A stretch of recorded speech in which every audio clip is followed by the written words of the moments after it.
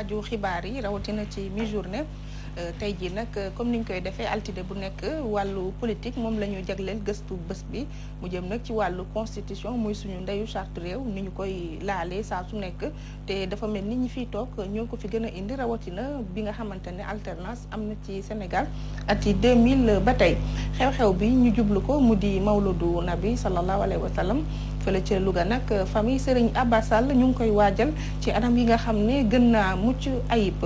ba tey itam woote bés bi kii di Mamadou Moutbane ñu woo ko fële ca tribunal mu war a àddu ci mbiru Petrotim suñu naataango xooxaandong jokkoo na ak moom ci téléphone bi daañu leen teewlu ci kanam tuuti li ci yëglekaay yi ak yéenekaay yi Abdoulaye Bopp moo ñu ko nafaral tey ji nag suñu gan si ñaareelu xaaju xibaar yi di Mamadou Bassirou Kébé di kenn koo xam ne day xelal njiiti réew mi président Macky Sall waaye itam bokk na ci mouvance présidentielle léegi ñu ñëw ak yéen ci yaatalu mi-journée.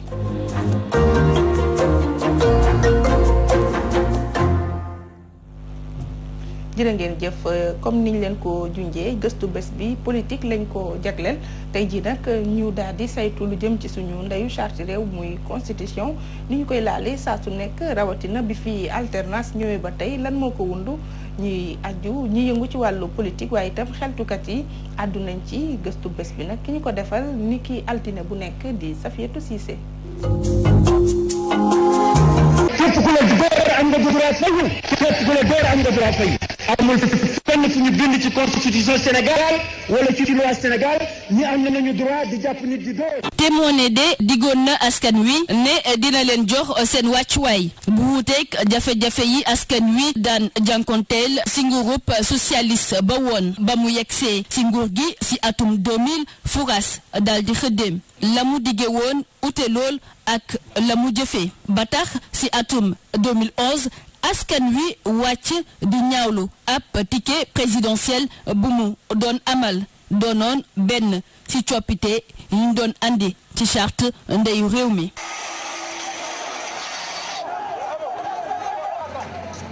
ñu gis ne suñu njiit yi dañuy faral di jël charte réew mi def ko yëre natt ko ci seen bopp di ko doxalee nu mu leen neexee li ni mel lan la mën a jur professeur Ndiogou Sarr xelam màcc jëm ci wàllum constitution di ci andi ay leeral. constitution mooy bànqaas charte bi nga xam ne moom ci réew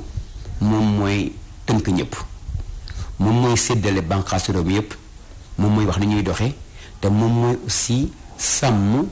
ak yelleefu doomu aadama yi boo xoolee constitution bu nekk ñaari vocation la am bu njëkk bi mooy xool nu société bi doxee mu tënk ko ak nan la ñuy def ba fonk respecté ak yelleefu doomu aadama yi maintenant constitution bu ñu ko xasee ba taxawal ni ñu koy taxawalee dafa nekk lu doy waar parce que dafa am yoon bu ñuy jaar boo xam ne pour taxawal une constitution bu ñu ko taxawalee pare aussi d'accord nañ ne moom moo gën a féete kaw lépp loo xam ne charte la ci réew mi wante nag lu tax ñu ne duñ ko modifier ndax bis fu ñu xalaatee ne constitution méngootul ak jamono war nañu mën a ñëw modifier ko pour méngale ko ak jamono waaye modification boobu nag aussi warul tax mu nekk benn yoon boo xam ne te prox ndol bu ñuy jaar pour régler ay problèmes yoo xam ne problème personnel la or boo xoolee ci Afrique depuis indépendance yi ba léegi bu ñuy constitution yi ñu am heure bu ñu changé gouvernement wala heure bu ñu changé ku agsi ci nguur rek da nga yi nga yëkk xalaat mooy nan laa koy changé pour constitution boobu jox ma ay sañ-sañ yoo xam ne li nga bëgg naa ko def te parfois li nga bëgg du méngoo ak li nga xam ne mooy bëgg-bëgg askan bi ak intérêt askan bi loolu nag dafa rekk loo xam ne dafay nasaxalal constitution nasaxalal société day tax kenn dootu amati stabilité kenn dootu amati sécurité. Bassirou Diomaye Faye bokkee sa parti Pastef di ñaawlu coppite yi ñuy faral di andi ci constitution bi te seen intérêt rek tax leen a jóg. constitution mooy ndey ji yoon yëpp maanaam loi boo jël sax te méngóol ak constitution loi boobu mën nañ ko attaquer pour inconstitutionnalité mu bañ a appliqué wu. mais li ci doy waar mooy njiitum réew bi fi ñëw dem bi dafay jafe parce que li woykat bi doon wax ne nit ku ñuul dafa bëgg nguur. te nguur bu ñu la ko joxee il faut nga am mat ak dayo gu toll ni sa ab bu jotee nga dem gis nañ ne nag même bu ñu defee ay clause yoo xamante ne sax dañ koy woowee ay clause d'éternité maanaam kenn mënu ko changer njiitum réew bu fay ñëw rek nga daal di gis mu dugg ci biir problème interprétation feneen fi nga xamante ne sax problème interprétation mënu fa am parce que leer na leeraay goo xamante ni kenn du naatable bu mel ni Guinée da ngay gis njiitum réew mi di proposer constitution bu bees tàq boo xamante ne daf leen di permettre ñoom ñu mën a représenter wu te loolu day sànn lu rëccu la. Adama Fall bu APR gisewul ñu nu mel jàpp ne lu ñu mel yokkute kese la. coppite yooyu ñu am ay day consolider démocratie sénégalaise parce que aussi dañoo nekk ci réew boo xamante ni nous sommes pas une démocratie très forte démocratie bu bees lañ donc évolution système bi moo tax ñuy laal de temps en temps constitution sénégalaise même si les gens disent que la constitution nit ñi ñu ngi wax ni constitution États-Unis kenn mësu ko laal depuis 1800 la jamonoy Roosevelt mais cela ne veut pas dire que ñun dañuy jàng dañoo nekk ci jàng dañu nekk di réformer moo tax réforme yooyu président de la République yi nga xam ne ñoom ñoo fi nekk ñu def ko ci constitution bi tax na suñu constitution di évoluer pour ñu mun ko parfaire parce que rien n'est parfait nag mais dañ koy parfaire gis nañ ni ci constitution 2013 bi ci référendum bi mbirum durée mandat dañ ko verrouiller mbirum mètre d'élection présidentielle dañ ko verrouiller. laaj bi sampu ci jamono ji di ndax Macky Sall am na droit def ñetteelu mandat wala déet xalaat yi waroo lool. xam nga jamono ji ñu toll wax ci mbirum président dafa war a dafa war a taxaw ci troisième mandat dafa jotul tant que ñu ngi ciy wax rek éternelle campagne électorale la ñuy nekk. lu dalul xel ci ni ñuy waxee ñoom waa APR dañu la wax ne wax jooju dafa teel waxu troisième mandat dafa teel xam nga dafa teel mooy wane ne kon appam dina jot te Sénégal war nañu moytu egg foo xamante ne dañuy waxu troisième mandat di xeexaat xeexu troisième mandat ni ñu ko xeexee 2012 mu am ay 15 mois yoo xamante ne ñàkk nañ ci seen bakkan. touche pas à ma constitution maanaam bu laal sama constitution. doonoon kaddu yu mu fi yëkkati woon ak ñoñam moom Macky Sall laata muy falu ci bopp réew mi waaye mu mel ni fàtte na la xewoon ci 23 juin ci atum 2011 waaye lu ci mënti nekk askan wi ak seen carte électeur ñooy fal di folli.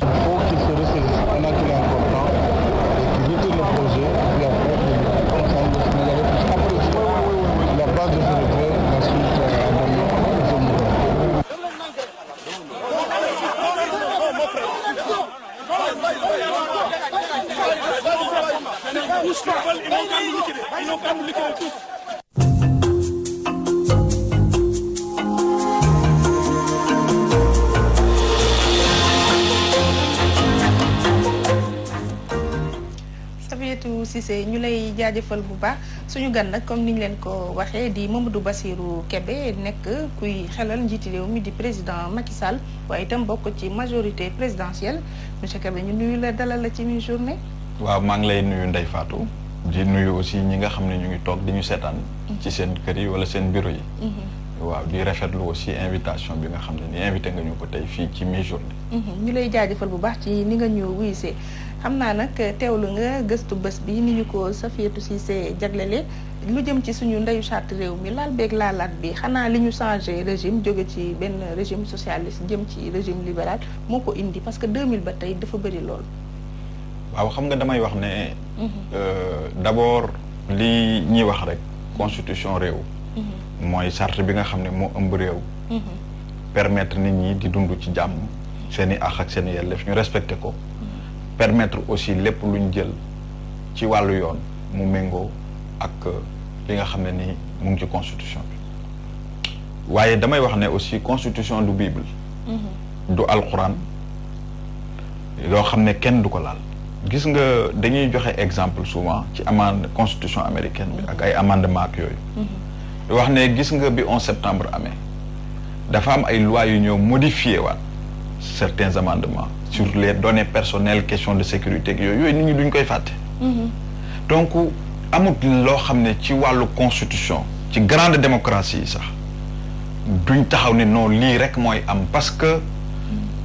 constitution dafa war a méngoo ak jamono ànd ak jamono ba nga xam ne nii lépp loo xam ne nii lu bees la feeñ ci société. parce que mënoo def constitution sans société bi sans li fay xew sans li ñuy xeex mënoo ko bàyyi noonu. foog nga laalaat ko. waaye dafa bëri nag. Sénégal. du rek depuis 2000. encore une fois mais 1963 ay 72 yooyu yëpp dafa am ay modifications indi nañ fi poste premier ministre di waat ko et cetera gis nga Senghor ak Mamadou donc loolu souvent moom rek la ñuy gis. mais du ñu gis coppati yi nga xam ne nii tey am na solo boo jëlee exemple président Macky Sall coppati yi nga xam ne indi na ko. waaye mais surtout rawatina bi nga xam ne ñëw fekk mandat bu nekk juróom-ñaari at. mais yow nga yóbbu ko ci juróomi at pourtant loolu coppati la def nañ ko suñ ko bàyyi woon tey juróom-ñaari at lay defaat et cetera donc je pense que xëy na toll nañ foo xam ne tey ci àdduna même lépp ñu ngi koy planifier ci juróomi at li ci ëpp programme yeeg yooyu yëpp boo ko xoolee li ci ëpp lu ñuy tuddee ay plan quinquennal ak yooyu lépp ñu gis ne ci juróomi at mun nga ci def dara te tey réalisation yi nga xam ne def nañ ko ci Sénégal wane na ko moo tax ma ne la coppati constitution nekkul lu bon mais dañuy méngoo ak li nga xam ne moom la jamono laaj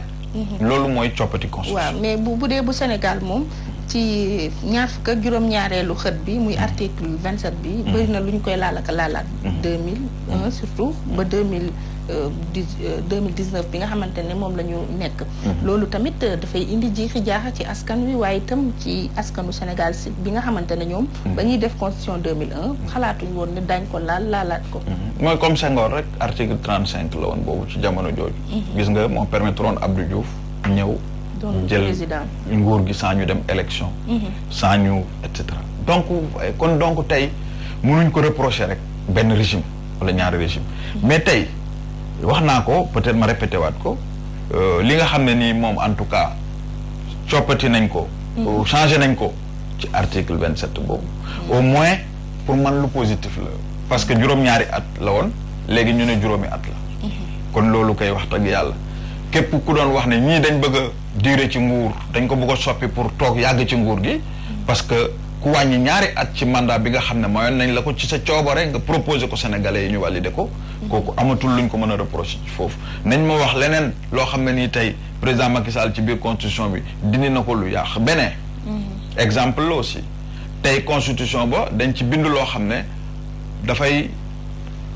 wax ci mandat yi mu leer ñu daan jeexi jaaxe mais dañoo demaat changé waat ko pourtant nit ñaa ngi tàccu mais lépp loo xam ne dafay indi coppati pour renforcer démocratie pour jox ak yelleef doomu aadama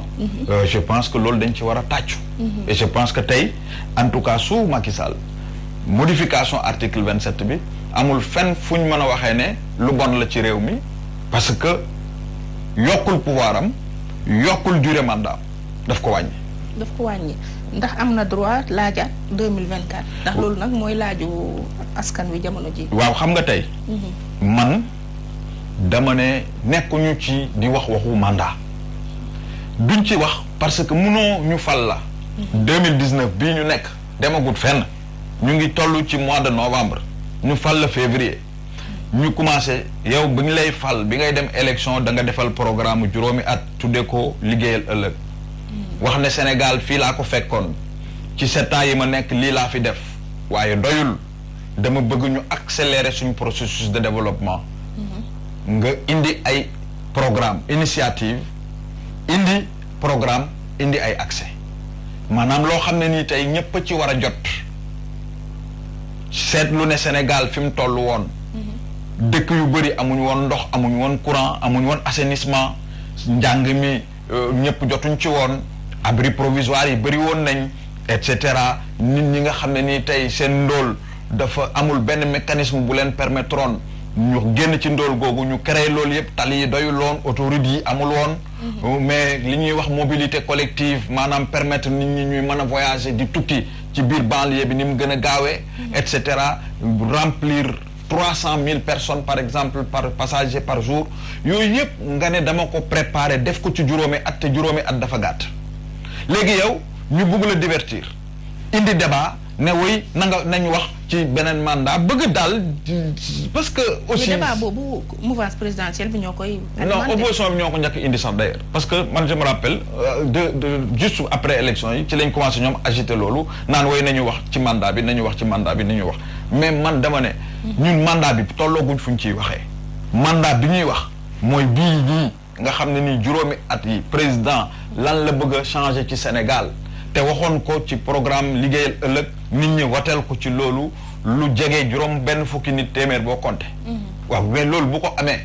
moom aussi mu topp di wax ci yii ba liggéey boobu yàqu parce que tey buñ ko bàyyee même suñ biir mouvance bi tey waruñu ko bàyyi ñu ciy nekk di wax débat boobu dañ ko war a teg de côté wax ci président naka lañ ko mën a accompagner ñun ñëpp naka lañ ko mën a critiquer aussi et loolu opposition bi la naka lañ war a mën a critiquer président ci yi nga xam ne jël na ko pour développer réew mi parce que dañu am plan Sénégal émergent méngale ko ak ay objectifs de développement durable agenda mondial 2030 beneen agenda 2063 kon donc président Macky Sall créé aussi plan Sénégal émergent 2035 mais aussi programme am bi ma la wax sur 5 ans yi maanaam fii ak 2035 5 ans yi lan la ci mën a liggéey mais loolu ku ko ci mënta accompagner yaa ngi bëggoo Sénégal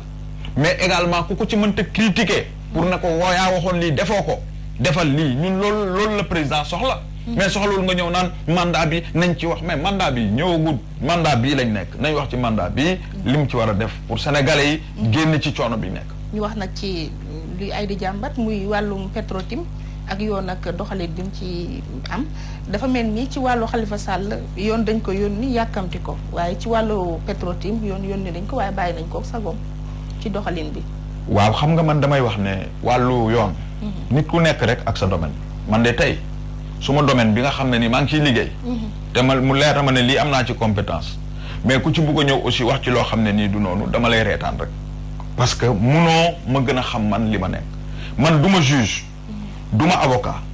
mais mënuma wax ci procédure xam nga justice dafa am temps ñun ñu am suñ temps parce que ñun dañoo bëgg am suñ bëgg-bëgg tey dossier bi nga xam ne nii tey am na koo xam ne nii jàpp nga ko mu doon sàcc portable ñu téye ko ci loxo am koo xam ne nii dafa organiser benn réseau de blanchiment d'argent par exemple kooku procédure yi du bokk parce que kii da nga ko jàpp tikk ci loxo kële dañ yaakaar mais est-ce que loolu mën na même procédure est-ce que mën na gaawee ndoo même chose moi je pense que non loolu même profane bi sax xam na ko yaa ngi dégg donc pour man procédure yii dossier bu nekk ak procédure am maintenant nag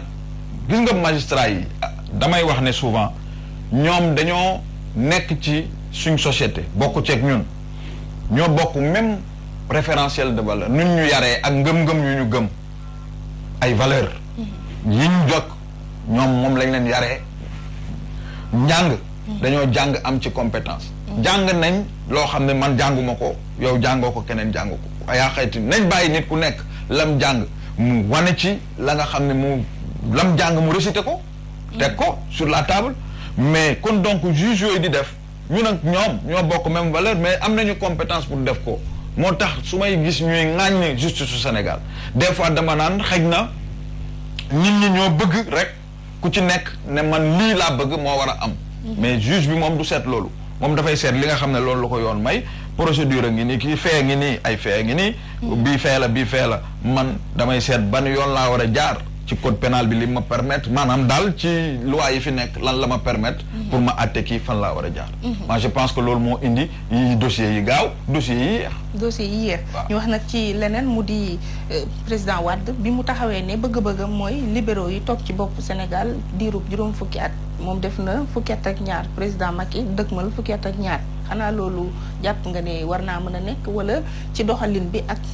famille libérale bi xiiroo ngaayoo bi ci am dina am teqatal. waaw ñun de man en tant que libéral loolu moo ma gënal. nga xam ne nii libéraux yi ñooy gouverner.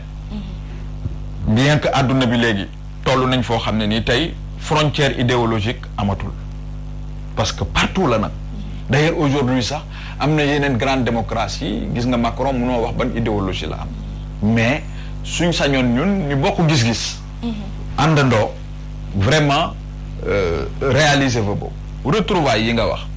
diggante président Macky Sall ak président Abdoulaye Wade damay wax ne dañ koy lire ci plusieurs niveaux benn bi mooy ñaari grande personnalité lañ kii yore woon na réew mi liggéey fii kii yor réew mi di fi liggéey ñoom ñaar ñu amoon jafe-jafe yooyu noonu am yàlla fu mu ko jaaralee mu Serigne Mountakha Mbacké yàlla na fi yàgg te wér jaarale ko ci moom ba nga xam ne nii ñaar ñooñu retrouvé wu ne ñu génnee benn communiqué boo xam ne dañ ne li ñu waxtaanee mooy intérêt réew mi li ñu waxtaanee mooy président Abdoulaye Wade jox na ay conseil président Macky Sall ci wàllu pétrole beeg yooyu yaakaar naa loolu leer na nañ kon donc benn niveau boobu mun nañ ko liire amul benn lecture buñ ci mun a def naan ay dañoo bugg a def combine dañoo bugg a def nii dañoo bugg a def noonu loolu benn la. beneen niveau bi mooy baay ak doom te seet nañu ku ne ci fii ak feneen ca réewu tubaab yi sax baay ak doom bu ñu réeroo bu ñu juboo ñëpp a ci d'accord. kon léegi loolu aussi neex nañu sawar nañ ci Sénégalais yëpp wane nañ ko d'ailleurs boo xoolee opinion bi amul kenn d'ailleurs boo gisee opposition bi tey ñi mënuñu wax ci juboo boobu c'est parce que lañ bëggoon moom mooy bu juboo boobu am te suñu waxee leneen gis ne opinion bi dana leen contre moo tax ñemewuñ ci wax ñoom ñëpp dañu daw waaf donc loolu beneen niveau la beneen bi nga xam ne nag aussi en perspective lay doon maanaam muy juboo politique boo xam ne ànd comme li nga wax pour que libéraux yi gouverner loolu suy am aussi ku ci nekk da nga am organisation parti politique président Macky Sall dafa am parti politique ak coalition bu koy jàppale président Abdoulaye Wade aussi dafa am parti politique muy PDS mais aussi am na ñeneen ñoo xam ne nii ay libéraux lañu ku mel ni Idrissa Seck ak ñeneen nañ ñooñu bu ñu yeggee foofu waxtaan yooyu dina am ba nga xam ne nii tey naka lañ mën a assoiré li nga xam ne nii moo doon bëgg-bëgg Abdoulaye Wade pour que ñu ànd mais fi ñu toll nii man li ma jàngat ñaari niveau la ñaari grande personnalité yu kii yore woon na réew mi kii yor ko ak baay ak doom ñu tasee di waxtaan ànd juboo nekk benn pour intérêt Sénégal kon daal da ngay xaajatle seen juboo bi ak seen ñaari parti yi ànd bi ñu war a mën a ànd ci politique waa xam nga bu fekkee ñaari nit rek a ànd te ci wàllu programme wàllu organisation d'abord parce que mooy parti yi parce que damay wax souvent aujourd'hui ne ñun parti yi ni ñu ko yoree il faut ñu nangu ne dañuy considérer parti maintenant comme organisation comme entreprise boo xam ne nii noonu lañ ko war a gérer donc tey ñaar ñi buñ déggooyee léegi nag organisation bi leen porté loolu aussi dañ war a déggoo yeneen organisation yi ci war a bokk déggoo su ko defee mu nekk nag beneen façon retrouvaille bu war a aller nag vers un programme politique wala vers leneen mais man li fi ñu tolloogum foofu laa mën a wax. waaw foofu nga mën a wax ñun nag dañ lay téye ñu wéy ak yow ci mi-journée bi dëgmal li nga xam ni moo di mawludu nabi sallallahu alayhi wa sallam ñu koy waajal nag fële ca Louga njabootu Serigne Abbas Sall di ko waajal ci anam yi mu gënee suñu naataango Omar Kayre moo ci dikkaat ak ñun. comme ni ko yeneen këru diine yi defee fii ci Sénégal njabootu Serigne Abbas Sall nar a màggal li nga xam ne moo di juddoog yonent yàlla Seydina Muhammad sallallahu alayhi wa sallam waral nag taalibe yi fu nekk nañuy jóge dëgmal si fii di Njàmbur ngir nag màggal bés boobu nga xam ne seen sëriñ bi di Serigne Abbas Sall moo ko fi daan def bésu gàmmu gi nag fii ci Louga ñu seetlu ne dinañ fi jàng alxuraan bu bari ak i waxtaan jëm ci dund ak doxalinu Seydina Muhammad. guddi gi nag di guddi gu màgg. moo tax yéen Serigne Abbas fonkoon guddi gi daani wax ci benn xasidaam ni fattaxir iidan wa siiman laylatal mawlidi siima sidqu xubbin minka fiha taddaci baynal fi aami mu ne bu dee da ngay woote ne damaa bëgg yonente bi sallallahu alayhi wa sallam li dëgg ci yow mooy bis bi def ko feet ba nga xam ne si da nga ciy wane ne yow mii bëgg nga bëgg yonente bi sallallahu alayhi wa sallam di ko wax occasion boo xam ne ci feeñal ko ci bëgg yonent bi sallallahu alayhi wa sallam relation bi ñu am ak yonent bi yenn saa yi ñun ñu fàtte ko nag ñun loolu lañ war a fàttali ko seet jikko yu nekkoon ci yonent bi ndax mi ngi ci ñun war a déet kenn ku ne vérifier waat sa bopp ndax li yàlla tagge woon yonent bi ndax ci mu gën ci yëpp te yonent bi ni samay roy waay sallallahu alayhi wa sallam ndax yaa ngi koy roy ci loolu wala déet. nekk nag mu xaddam ci biir tarixa tijaniya Serigne Abbas Sall di boroom xam-xam boo xamante ni li mu bind bari na lool yi nga xam ne nag jagleel na ko yonent yàlla Muhammad nekk di yéem boroom xam-xam yi ba léegi. ñun jamonoonteel wax xam nañ loolu waaw ñun jamonoonteel xam nañ loolu moom ndax tamit ci jamonoom wax dëgg yàlla bind na ci loo xam ne si ñun xamuñu ci ñim jamonoonteel moom ku ñu ko ci bind xamuñoo tamit ñu ko ci jiitu koo xam ne si moo ko ëpp. li mu bind ci yonent bi sallallahu alayhi wa sallam wala li mu bind ci Cheikh na Tidiane loolu ñun xamuñu ko xëy na nag liiruñu lépp mais li la gis daal wax dëgg yàlla ak li nu wan ni am na ñu ko bind buñ ko comparé woon ak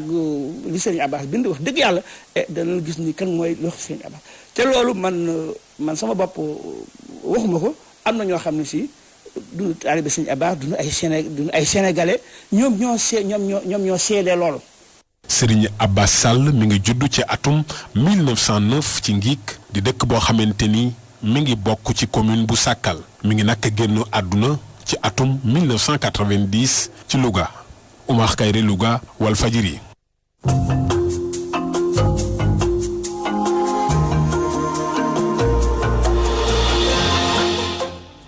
Oumar Kayre ñu lay jaajëfal bu baax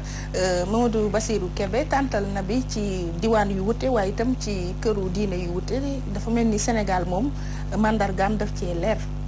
ci niñ koy defee. waaw dëgg la Sénégal moom daf di réew moo xam ne. yaakaar naa ne liñ am ci réewu jullit bëriwul ñu ko am. moo tax yàlla ñuy suturaal aussi. ba problème interreligieux wala interconfrère amul. gis nga confrères yi Sénégal yi. dafa am solo. mais daf di bés boo xam ne nii yaakaar naa ne ñëpp ci retrouvé wu parce que bu ñuy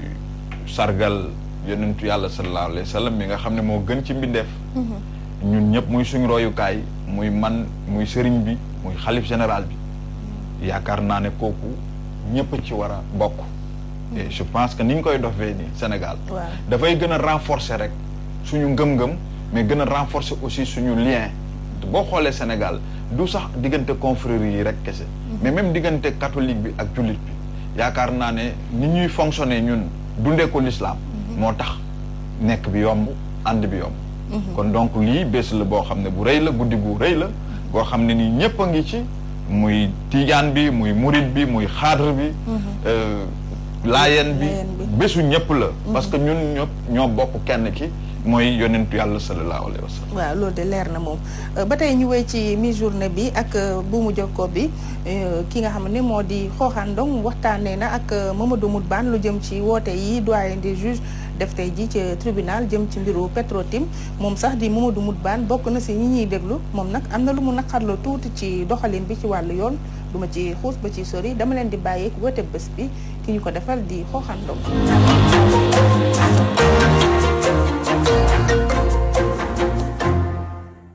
Moutbane maa ngi lay nuyu. jamono ji yaa nga foofu ca tribunal bu Ndakaaru ngir rek li nga xamante ni moo di audition yi ngeen war a amal foofu ci li ñel mbirum Petro-Tim ban jàngat nga am ci procédure judiciaire bi. waaw man yaakaar naa ni jàngat ma ci mën a def mooy rek lu normal la ndaxte tey jii ñun dafa am benn lim boo nga xamante ni procureur dafa jóg mu wax ni dafa am ñëw dafa bëggoon képp koo nga xamante ni am na loo xam ci dossier Petro-Tim bi nga ñëw tribunal. bon man dañ ma convoqué parce que ñoom dañu gisoon ni dama ci bëri woon lu moo di doon wax et man maay bokk njëkk a yëkkati dossier bi booba ñu ngi nekkoon ca jamonoy demaree 2013 2014 donc ba ñu demee tamit waa police entendre nañ ñu wax ñu li nga xamante ni ñun moom lañ ci xam ma wax la nga xam ne moom laa ci xam ca jamono léegi bi ñu paree dañoo jël dossier bi ñu jébal ko procureur daal di koy transmettre doyen des juges tey jii doyen des juges li muy def rek mooy dafa commencé instruction bi lañ commencé donc ñuy entendre ñi nga xamante ni ñoom la ñu entendre ku nekk joxaat sa xalaat bu fekkee moom am na yu ñu war a laaj yu mu leerul te ñu waxoon ko te ñu waxoon te jotuñu ko wax ca police ba moom ñu laaj ko rek ñun tam ñu leeral ko rek loolu daal mooy itte mooy solo yi tey woote bi ñu woo fii tey. d'accord Moutbane gannaaw bi nga xamante ne kii di procureur de la République formulé na ab plainte contre Alaxam maanaam contre X ndax jàpp ngeen ne mbir mi le dinañ ko leeral. waaw xam nga moom pour mu leer moom xam naa ni loolu man ba fii ñu taxaw nii man mënu may wax ndax dina leer wala du leer li ñu xamante ne rek moom lañ mën mooy d'abord li nga xamante ni moom lañ seetlu mooy am na ñu bëri ñoo xamante ni seen xam-xam dafa màcc ci mbiru justice dañu waxoon ni daal ñoom d'accord ñu ci yoon wi procureur jël waaye lu ci mënti am rek ñun moom dañuy woo li ñuy def mooy collaborer ak sunu justice wax leen li nga xamante ni moom lañ ci xam ak jox leen information yoo xamante ni ñun moom lañ am ci dossier bi tax ci li ñu bëgg mooy dëgg feeñ li ñu bëgg itam mooy alalu réew mi ñu xool fa muy dugg ak fa muy jaar ndax lépp Sénégal moo ko moom. d'accord Moutbane rédaction bu Walfadjri mu ngi lay jaajëfal bu baax a baax. jërëjëf merci beaucoup.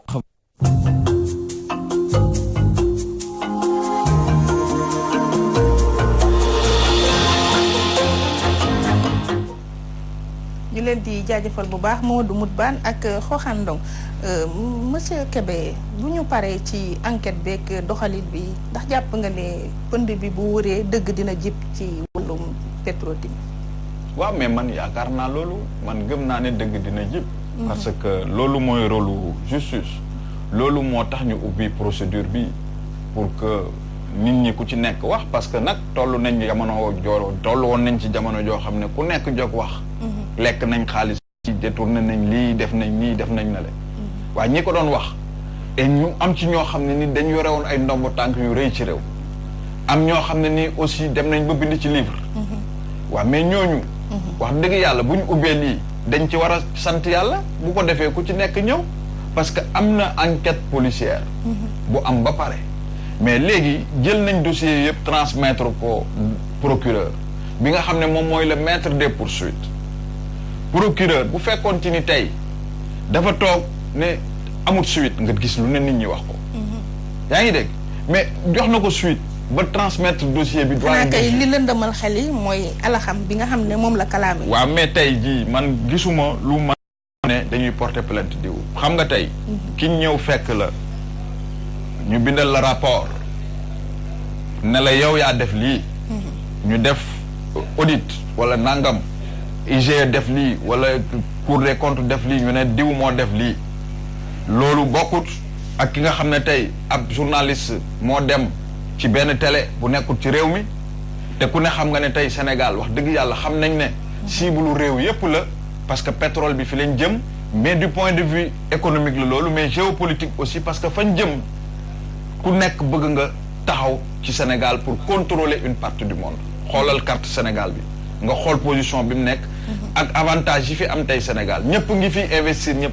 donc pétrole bi enjeu la ñu gis ne tey ña ko def ku ñu wax ne du tentative de déstabilisation pour réew mi parce que gis nañ ko ci yeneen réew ñu découvrir fa pétrole commencé di exploiter pétrole bi ñu créer fa coow guerre am fa xeex am fa ñu pomper pétrole bi yóbbu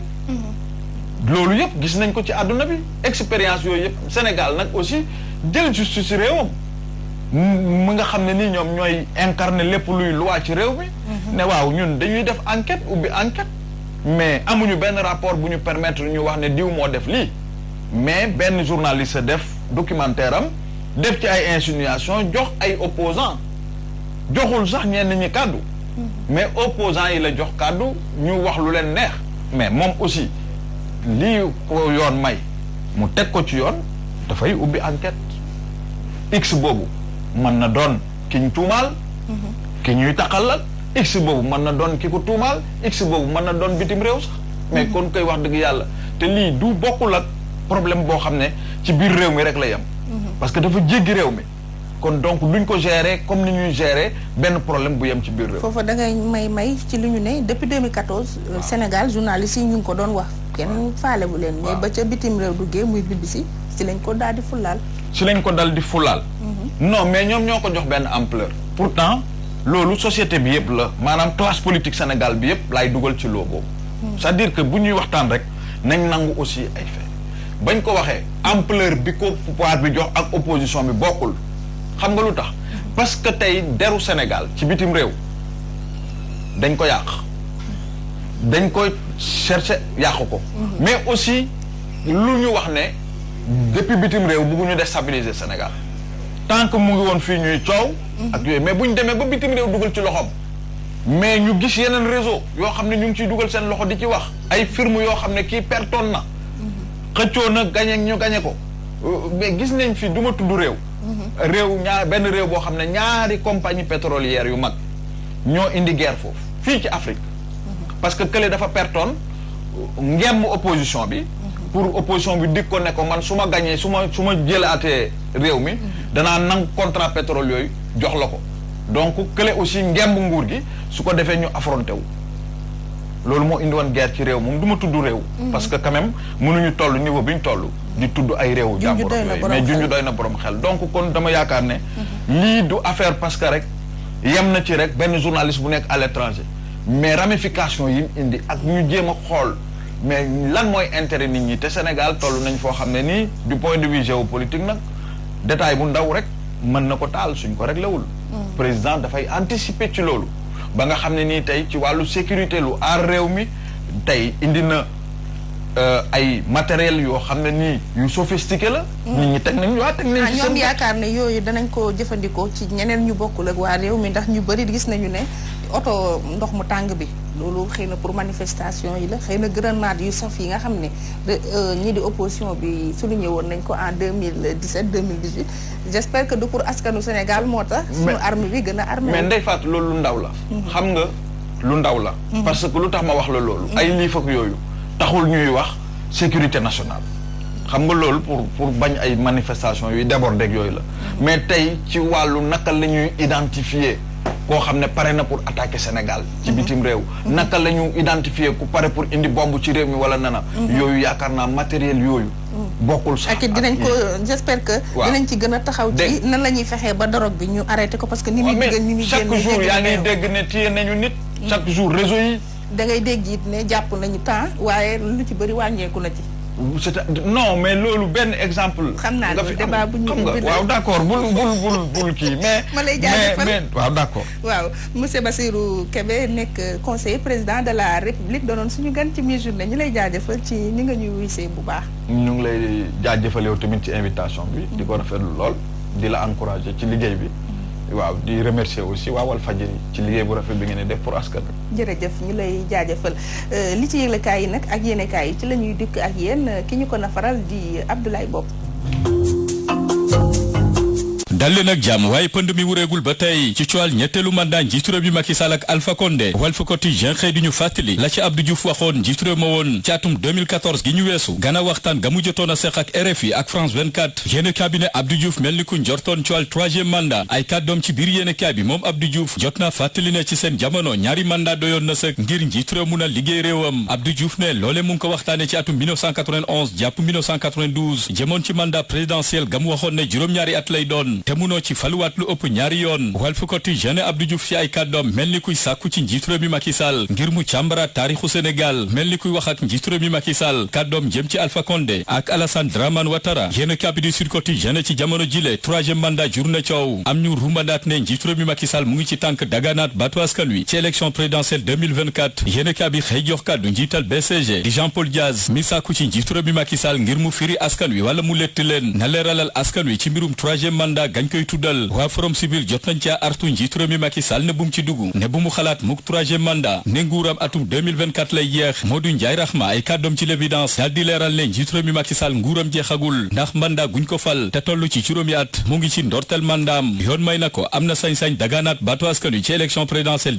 2024 yéen kabi di critique ne lu ko dalee Ndakaaru ak Guinée Conakry ñaxtu yaa ngi jibee fu ne ne lim bu takku ci ay doomi aadama yu fekk baax ca Guinée Conakry jot nañu amal doxum ñaxtu ci Ndakaaru ngir mettitlu doxalinu Alpha Condé ma ñu ne waratul laajaat réew ma waratul soobuwaat ci ñetteelu mandaam critique ne waaye càkkutef gi ni mel doon na alerte ci njiitu réew mi Macky Sall ñu ngi ko cay dànkaafu bu ñu sukkandiko ci waa Forum Civil bu Sénégal sàkku ci njiitu réew mi Macky Sall ngir mu bañ a dagaanaat baatu askan wi ci atum 2024 gi ñu jëm yéen kabi di las ne moom njiitu réew mi Macky Sall bëggatul dégg waxu ñetteelu mandat ci APR ne ko munta tënk ci doxalinu APR bu yeboo nga démissionné maanaam nga tekki sa ndombal tànk ci parti gi ni mel yéen kabi di l'exclusif gis ne laata élection présidentielle 2024 am na ñu taxaw ngir jéem a njuy njiitu réew mi Macky Sall am na ci ko xamante ne géwél gu mag la ma nga capale ba ma ngay jéem a nelawal njiitu réew mi Macky Sall saay bu bokkul ci élection présidentielle yi ñu jëm géwél googu yéeneem bokk dem jàppale Amadou Ba l'exclusif di ñu xamal ne li coalition Benno Bokk Yaakaar tàmbali naa yëngu mbir yaa ngi mel ni lambigolo am na ci ñoo xamante ne dañoo nëbb seen tànneef maanaam dañoo dugal bopp rocci làmmeñ toog di xaar saay bu njiitu réew mi Macky Sall tànne Mansour Faye ngir mu wutu ko ci boppu réew mi su boobaa ñooñee doog a wone seen bopp ay kàddoom ci l'exclusif Amadou Ñing di ab militant APR bokk ci COJER bu Thiès xam le ne neexul ba neexul waaye partem bile di APR doxul ne am na jafe-jafe ci waxtu wile Amadou Ñing ne APR mu ngi ci guddi gu bër setagul bu dee yéene kabi di 24 heures xëy naa waxtaan ak Ousmane Sonko njiital Pastef yekk na lu mel ni xeme assemblée nationale ma mu ne ab fraude fiscale dafa am gu ñu nëbb askan wi moom Ousmane Sonko jot naa ñaawlu doxalinu Moustapha Niass yéene kabi di Le Quotidien mangoog au conseil des collectivités territoriales am na njiit lu bees njiit réew mi Macky Sall Aminata Mbengue Ndiaye la tànn moo fa wutu ndem si yàlla Ousmane Tanor Dieng waaye ka wutu Aminata Mbengue Ndiaye ca ministère gi yor wàllu napp gi di Alioune Ndoye maire bu Dakar Plateau yéene kabi di Tribune xëy di laajte ne ana fan la juróomi téeméeri kilogramme cocaïne gu ne merci waxu Ndakaaru ana fu mu dugg yéene kabi ne te moo ne de yooyu le kilogramme cocaïne buñ ko xaymaa ci tollu na ci ñeent fukki milliards ak juróom waaye ba tey kenn mënatu ko teg gët doon lu jaaxal loolu yéene kaa bi di Dakar Times mi ñu xamal ne lu bari moo ca laxasu ndax li marine nationale xamle ne moom la ñu teg loxo toll ci junni kilogramme cocaïne yu teg ñaari téeméer ak juróom benn fukk waaye bu dee kii di procureur ne lañ ca jot toll na ci juróom-ñaari téeméeri kilogramme cocaïne yu teg juróom fukk yéene kaa bi bëgg a xam ana téeméeri kilogramme ak fukk ya ca des te bu ñu xayma la mu mun a jur ci koppar toll na ci juróom benn fukki milliards Dakar Times ne cocaïne bile lu bari moo ci laxasu libération di ñu xamal ne enquêteurs yi mujjee nañu làqar ci lu toll ci ñeenti junni balu fetal ak juróomi téeméer yu AK-37 yañu làqoon ca Pire section de recherche mujjee na ca teg loxo kañu njort ne moo def li ni mel di ab soldaaru première classe ma ñu ne génn na Sénégal te dem na làqatu ji foofee ca Mali yéen kaa bi di l'Observateur ne waajoojee armée gaa ngi koy wër ci waxtu wi le gannaaw lim bu takku ci ay balu fetal yamu jotoon a làqi ca Pire l'Observateur ne waajoojee ab militaire la Amadou Bekay Sangaré lay wuyoo ñu ngi koy wër ci jamono ji procureur daal dina ci ubbi information judiciaire maanaam ma ngi koy saytu réew mi quotidien daal di xëyee ca France ak gala ba fa Mbagnick Diop doon amal ay kàddoom ci biir yéenekaay bi moom Mbagnick Diop mi xam ne daal dinañu ubbi xàll gu bees gi mun a tax Afrique mun a suqaliku Afrique mun a doon continent guy gagné saay su ne yéenekaay bi di l'évidence ne mangoog sargal nañu kenn ci doomu Afrique ca Burkina Faso di Arona Dia di doomu Sénégal mi ñu ràññee ci wàllu koom-koom ak suqali Burkina Faso rawatina réewum Sénégal yéenekaay bi ne ca ndaje ga amoon ca Tanko Dago foofee ca Burkina Faso lañ ko joxe attestation de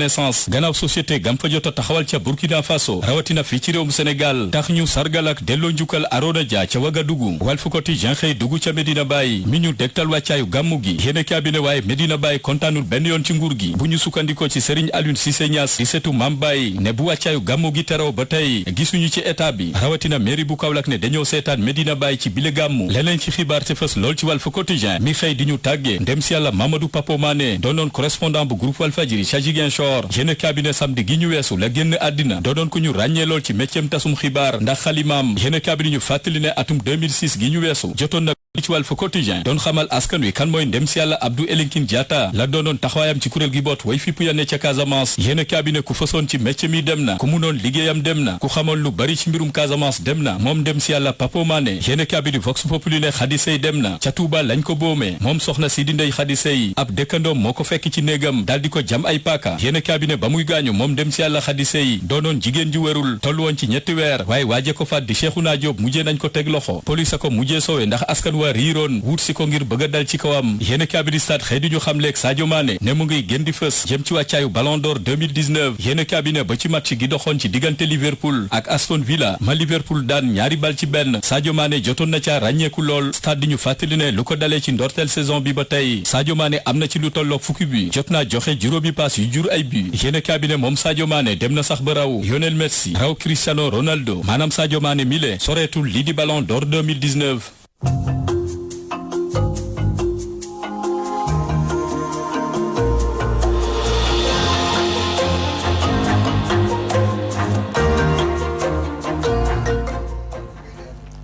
Abdoulaye Bopp jërëjëf mbokk yi doon teewlu seen mi-journée ñu ngi leen di jaajëfal bu baax jaajëfal sunu équipe bu yaa ngi biñ ci àndaloon Modou Fall Cheikh Tidiane Ndiaye am di Sidibé du ñu fàtte Saliou Bey ak ki nga xam ni moo di